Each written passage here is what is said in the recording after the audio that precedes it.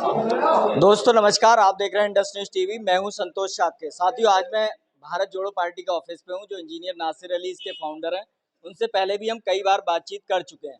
आज एक बड़ा मौका है, उनके पार्टी की प्रत्याशी बदायूं लोकसभा की घोषित हुई हैं, जिनका नाम है नजमा फातिमा खान। तो हम उनसे बात करेंगे कि आखिर किन मुद्दों को लेकर वो चुनाव लड़ेंगी। और आज उनकी जो घोषणा हुई है, आज उन्होंने पार्टी भी आज ही ज्वाइन की है। तो आपका बहुत स्वागत है। बहुत शुक्रिया आपका। क्या कहना चाहेंगे, आज आपने भारत जोड़ो पार्टी ज्वाइन की है और आपको बदायूं का प्रत्याशी भी घोषित किया गया लोकसभा का, क्या कहना चाहेंगे? मैं बहुत-बहुत शुक्रिया अदा करती हूँ इंजीनियर नासिर अली भाई का, क्योंकि वे बहुत ही अच्छी इंसान है। इससे पहले भी क्योंकि वो अलवी समाज से आते हैं, तो वो अलवी समाज के उत्थान के लिए भी बहुत ज़्यादा कार्य कर रहे थे। बाद में उन्होंने ये पार्टी बनाई, तो मुझे लगा कि वो अकेले काम कर रहे हैं, तो मुझे भी उनका सहयोग करना चाहिए। और इससे अच्छा मौका नहीं था कि बदायूं से मेरे को उन्होंने प्रत्याशी घोषित किया, मैं यहाँ पे ज्वाइन हो गई। तो आपको क्यों लगा कि आपको बदायूं से लोकसभा चुनाव लड़ना चाहिए? क्योंकि मुझे पता चला आप मुंबई में रहती हैं, तो कैसे चीजों को मैनेज नहीं, करेंगे? मैं बरेली की बेटी हूँ। मेरी दादी बदायूं की थी। मेरा तो पुराना रिश्ता है। बड़े सरकार छोटे सरकार पे मैं जाती रहती हूँ। मेरे आधे खानदान के लोग बदायूं में रहते हैं। बरेली, बदायूं, रामपुर मेरा घर है।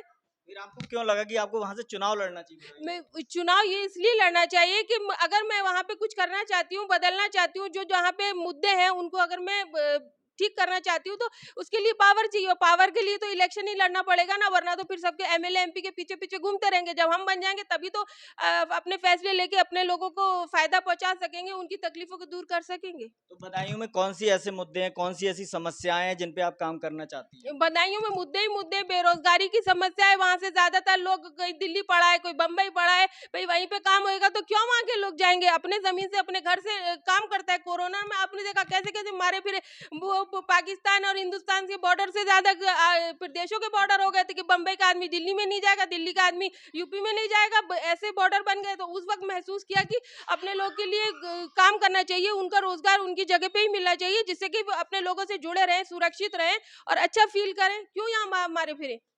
एक और मुद्दा है कि आप एमआईएम से आई हैं, तो एमआईएम में आपको क्या लगा कि आपको भारत जोड़ो पार्टी में आना चाहिए? वहाँ क्या दिक्कत थी?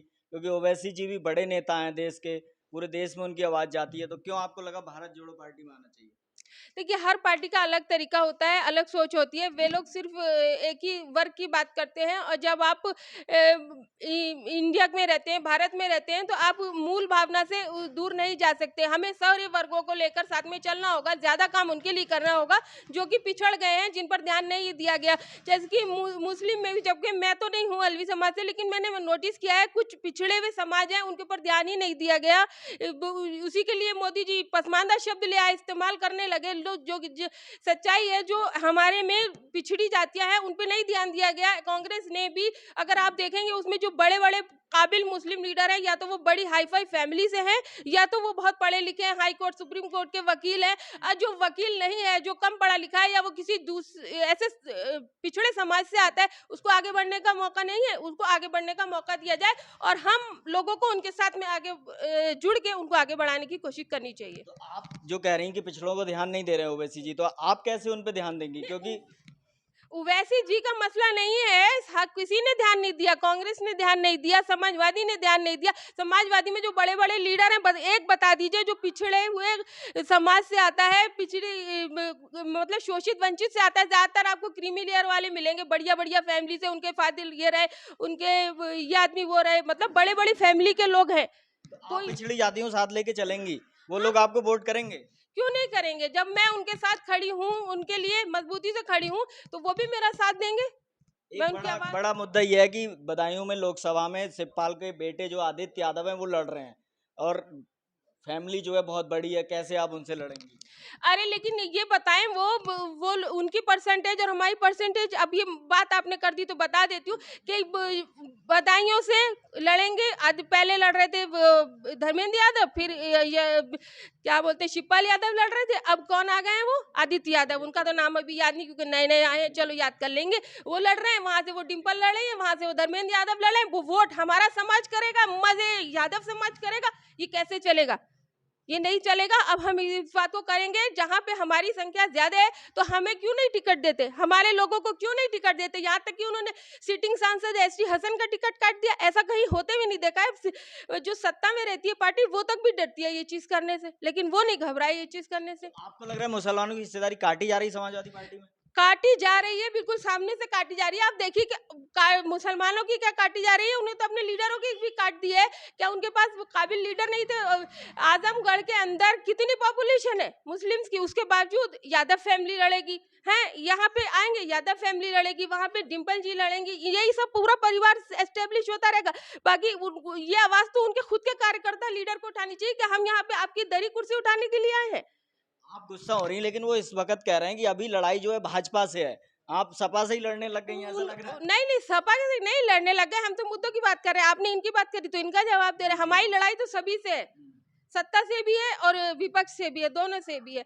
लेकिन ये एक बात कह रहे हैं कि इन लोगों ने इस तरीके से अत्याचार किया, और रहा सवाल डर का, वो दूसरे तरीके का डर दिखा रहे हैं, ये दूसरे तरीके का डर दिखा रहे हैं। लेकिन जो मुसलमान लोग हैं वो डरने वाले नहीं, हम सिर्फ खुदा से डरते हैं, हम किसी से डरने वाले नहीं। भाई क्यों डरेंगे, एक ही बार तो मरना है, 2 बार तो मरना है नहीं किसी को, मर जाएंगे जिस दिन मरना होगा, लेकिन डरना क्यों है अपने। भाजपा कह रही है कि हम सबको साथ लेके चल रहे हैं, तो उसका उस पे क्या काम करेंगी आप?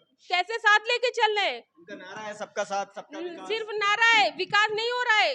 20% वाले का तो बिल्कुल विकास नहीं हो रहा है। पिछड़ा, दलित, मुसलमान सब अत्याचार परेशानी में पड़ा हुआ है, किसी का ध्यान नहीं रखा जा रहा है। वहां तो सिर्फ कुछ परिवार हैं, आपको तो पता ही है, वो बिजनेस परिवार हैं बड़े बड़े।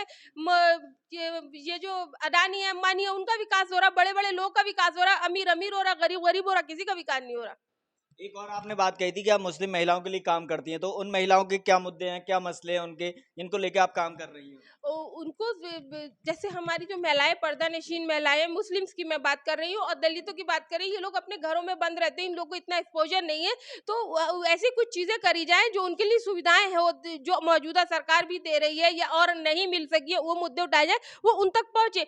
आधी योजनाएं तो उन तक पहुंच ही नहीं पाती, क्योंकि मुस्लिम महिलाएं तो ज्यादातर उनके पास या तो मोबाइल नहीं है या वो वाला मोबाइल है जो होता है कॉलिंग वाला, उनको पता ही नहीं है। तो कुछ ऐसा किया जाए उन तक पहुंचे वो मुद्दे, उनकी जो उनके लिए चीजें आ रही हैं वो उनको मिल ही नहीं रही, उनको तो पता ही नहीं, वो तो घर में बैठी हैं। और बाहर निकले तो सुरक्षा का प्रॉब्लम है, बाहर निकल के भी तो कहाँ सेफ्टी हो रही है। आपने ये तो सोच लिया कि आप चुनाव लड़ेंगे, लेकिन बसपा से भी एक मुस्लिम खां प्रत्याशी आ गए हैं, वो पूर्व विधायक भी हैं, कद्दावर नेता हैं, वो चुनाव लड़ रहे हैं, तो उनसे कितनी चुनौती है? हाँ, कोई चुनौती नहीं है। वो उनसे पहले तो टिकट मेरे पास आया था, मैंने कहा ना भाई मेरे को नहीं लड़ना है इस पार्टी से, तब उनको मुस्लिम खां को टिकट हुआ है। मैं तो भारत जोड़ो को चुना उनको छोड़ के। तो वो चुनौतीपूर्ण नहीं होगा आपके लिए? कोई चुनौती नहीं है, घर में बैठा हुआ आदमी, सालों पहले वो विधायक थे, सांसद थे, लंबे लंबे लकब लगा दो उनके आगे, उससे क्या हो रहा है? अभी वो क्या है, अभी कितने लोग उनके साथ है, आप देख लीजिएगा जिस दिन ये रिजल्ट आएगा कि मुस्लिम खां को कितने वोट मिलेंगे। तो बदायूं लोकसभा में भी नामांकन शुरू हो चुके हैं और कल भाजपा के नेता जो है नामांकन करेंगे, आप कब नामांकन करेंगे? हम भी कल ही नामांकन करेंगे, हमारी भी यही तैयारी है कि 18 तारीख को नामांकन दाखिल कर दिया जाए। 18 तारीख को आप नामांकन करेंगे। तो दोस्तों ये थे हमारे साथ नजमा जी, जो बदायूं लोकसभा से चुनाव लड़ रही हैं,